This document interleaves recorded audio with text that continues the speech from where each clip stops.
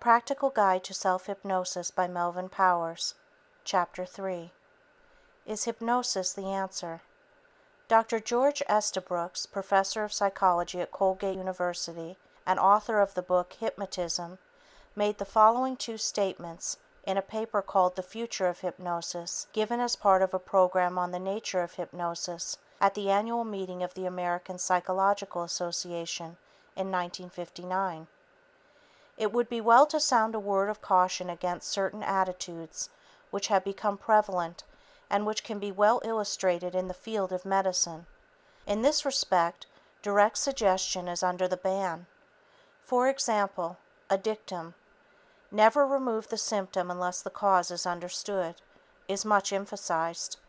Its validity is greatly open to question, since much of medical practice is direct symptom removal, as only a little thought makes apparent. Another dictum generally followed is that the unconscious background of symptom complexes must necessarily be made conscious to effect a cure. Reasonable and thoughtful consideration of the extensive role of the unconscious in daily living and functioning renders this dictum much less credible. I should like to discuss both of these statements in some detail, as they invariably arise in the mind of the individual seeking help through hypnosis. The first thought that comes to mind is that all the religious healings cited in the Bible involve direct symptom removal. The cures that are effected by religious devotees traveling to sacred shrines are also in the realm of direct symptom removal. I have yet to hear a criticism of this type of treatment directed at religious leaders or condemnation of the religious shrines.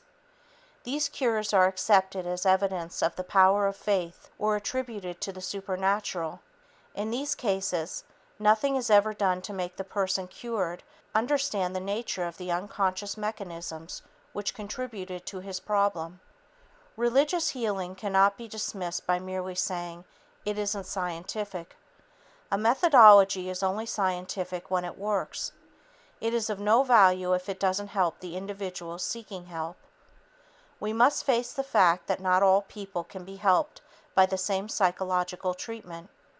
We can readily see this in the following extreme example. An aborigine suffering from a psychological problem certainly wouldn't be a candidate for psychoanalysis as we know it. He could, no doubt, be helped much more readily by a witch doctor. It also stands to reason that the sophisticated Westerner would not be influenced by the incantations of a tribal medicine man.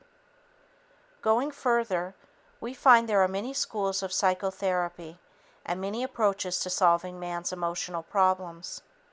The cure rate for all of them, however, is approximately the same. I think we must accept the fact that there is no one sound, logical, scientific approach. I believe that so long as the end result is achieved, the methodology was scientific for that individual's needs. The goal of all therapies is to help the patient free himself from whatever emotional problems beset him. This approach, to some readers, may seem an oversimplification of a very complex problem, but I think it's time that we had a simple, workable formula devoid of technical jargon. Too often, complex technical terms and theories have been glibly used to explain away failures. I believe we need more and more emphasis on measures to make the patient feel better rather than spending most of the time trying to find out why he doesn't feel well. This, of course, is symptom removal again. I should like to point out an interesting fact pertaining to biblical healers. So long as the fame of the healer preceded his arrival in any country, he was able to heal the sick. However, where his fame as a healer was either unknown or discredited, he found no faith and subsequently no cure. The earliest reference to hypnosis is in the Bible, Genesis 2:21. "And the Lord God caused a deep sleep to fall upon Adam, and he slept." Dr. William Malamud, 86th President of the American Psychiatric Association, in an address delivered at the annual meeting in 1960, stated the following in a paper called Psychiatric Research, Setting and Motivation. During the last few years we have witnessed a growing trend of overemphasizing the value of exact methodology and uniformity of standards. This trend, which could be characterized as a cult of objectivity, has already had an important influence on psychiatric research. It is true that in its emphasis on critical judgment and valid criteria, it has helped to curb unrestrained flights of imagination and sloppy methodology. But the over-glorification of objectivity and the insistence on rigidly single standards of acceptable methods have resulted in a concentration on certain phases of the science of human behavior at the expense of other very important ones.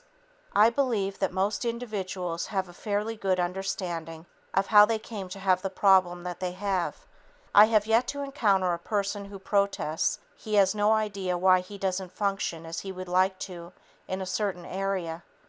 From a practical standpoint, not many have the time nor money required to delve into the unconscious background of the problem. The high cost of treatment is a very real objection and cannot be discounted lightly. People suffering from emotional problems usually suffer financial reverses as well. Who is to help these people? There are very few places in the country where they can receive competent psychiatric help at a reasonable fee. Is there this type of help in your own community? It is only when the individual is destitute that the state provides whatever help it can. However, at this point, it's a long, hard struggle back to good emotional health. The National Association for Mental Health and its affiliates issue about 10 million copies of 200 different pamphlets on various aspects of mental health. To assess the value of these pamphlets, 47 mental hygiene experts held a conference at Cornell University. A report on this outstanding conference has been published. It is called Mental Health Education, a Critique. A feature by Ernest Havemann in the August 8, 1960 issue of Life contains a very worthwhile article on this conference called Who's Normal? Nobody, but we all keep on trying. In Dissent from Mental Health Approach, experts decry futile search for an unreal goal. The following paragraph is taken from the Life article. What about psychiatry and psychoanalysis? This is a different matter.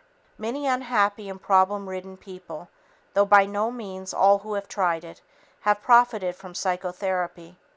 Indeed, all the mental health pamphlets, as a postscript to all the self-help methods they advocate, wind up by advising the reader to seek professional care if his problems are serious enough. But the skeptics at Cornell cited statistics which to them show that psychiatric treatment is as remote for the average person as a trip to the moon. Aside from the expense, which most people would find prohibitive, there simply are not enough therapists to go around. The U.S. has around 11,000 psychiatrists and 10,000 clinical psychiatrists. In all, about 1 for every 8,500 citizens. If everyone with emotional problems decided to see a psychiatrist, the lines at the doctor's offices would stretch for miles. I assume that most readers of this book know that state hospitals are understaffed and unable to provide proper care for the mentally ill. Mike Gorman, Executive Director of the National Mental Health Committee, has written a crusading report on this very theme called Every Other Bed. In this book, he tells us that every other hospital bed in the United States is occupied by a mental case. Mental illness costs the country $2.5 billion a year, besides the more important untold human suffering that can never be equated in dollars. The book is a shocking story of how we have let this happen, are still letting it happen, and of how little, for the most part, we, the general public, as well as the medical and psychological professions, are doing to correct this deplorable situation. It is time that we re-examine the dictums that say a symptom can never be removed unless the cause is understood, and the unconscious background of the symptom complexes must be made conscious and understood before a cure is effected. There are many positive thinking groups functioning in the religious field. Many of these religious groups are in existence primarily because of the dynamic philosophy or psychology they offer for everyday living. Couple this with a strong faith in God, and you have a combination which approaches infallibility. Recently, we have had a series of best-selling books which expound this very theme. Does it work? Of course it does, when used properly. You can be sure that there has been criticism of this religious psychology. The criticism is that the basic causes of the problem are never dealt with, and the unconscious conflict is not resolved. It's the same argument over and over again. What about the people helped? They seem to have made tremendous strides and are leading lives as well adjusted as anyone else. Once imbued with this spirit or feeling of well-being, it permeates every phase of their relationship in a constructive manner. The only reason that there isn't more criticism is that this type of psychotherapy is incorporated into the religious tenets of these groups, and criticizing another man's religion makes the detractor's entire philosophy unacceptable. I am strongly in favor of these groups because I would prefer having a religion that keeps pointing out the positive side of life and that life can be beautiful if you put your faith in God and practice positive thinking. It is certainly better than the clinical philosophy of its detractors or the grim religions which stress punishment. Think of the guilt feelings involved in the latter. No one can live up to such a formidable creed. Of course, if you suggest to positive thinking religious individuals that they are using a form of self-hypnosis, they will emphatically deny and debate the issue. Since we are primarily interested in mental hygiene and not in winning a debate, it is well to leave the matter as it stands. The point to keep in mind is so long as a person feels that his methodology is the answer to his needs, and so long as no one is being hurt by his belief, I feel he should cling to his conviction. He should not allow it to be destroyed by those who are thinking in different semantic terms.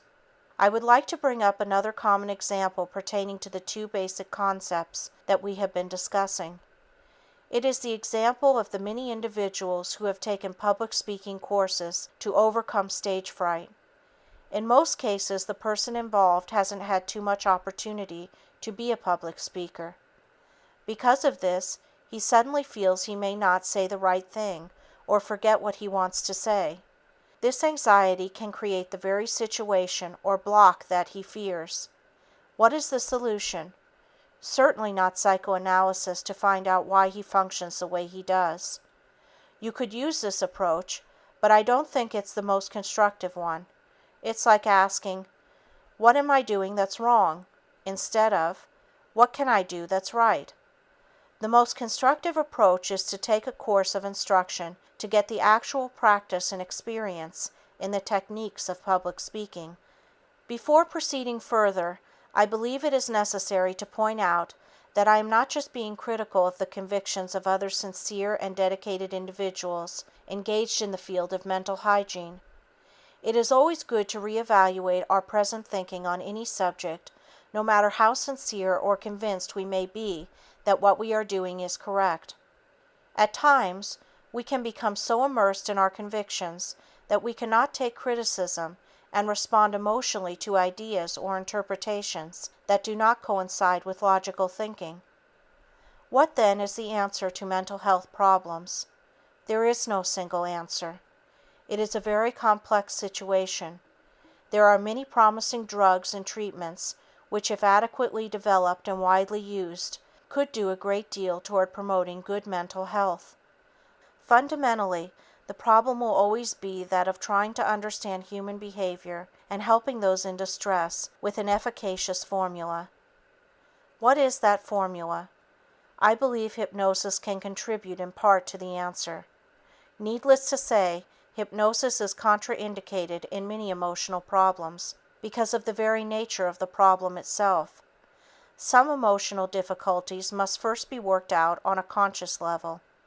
After this, hypnosis can be instrumental in achieving the final goal.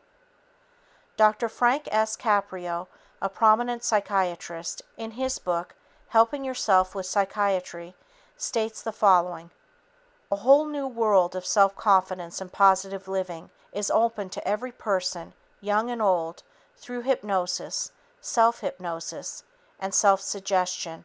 or auto hypnosis.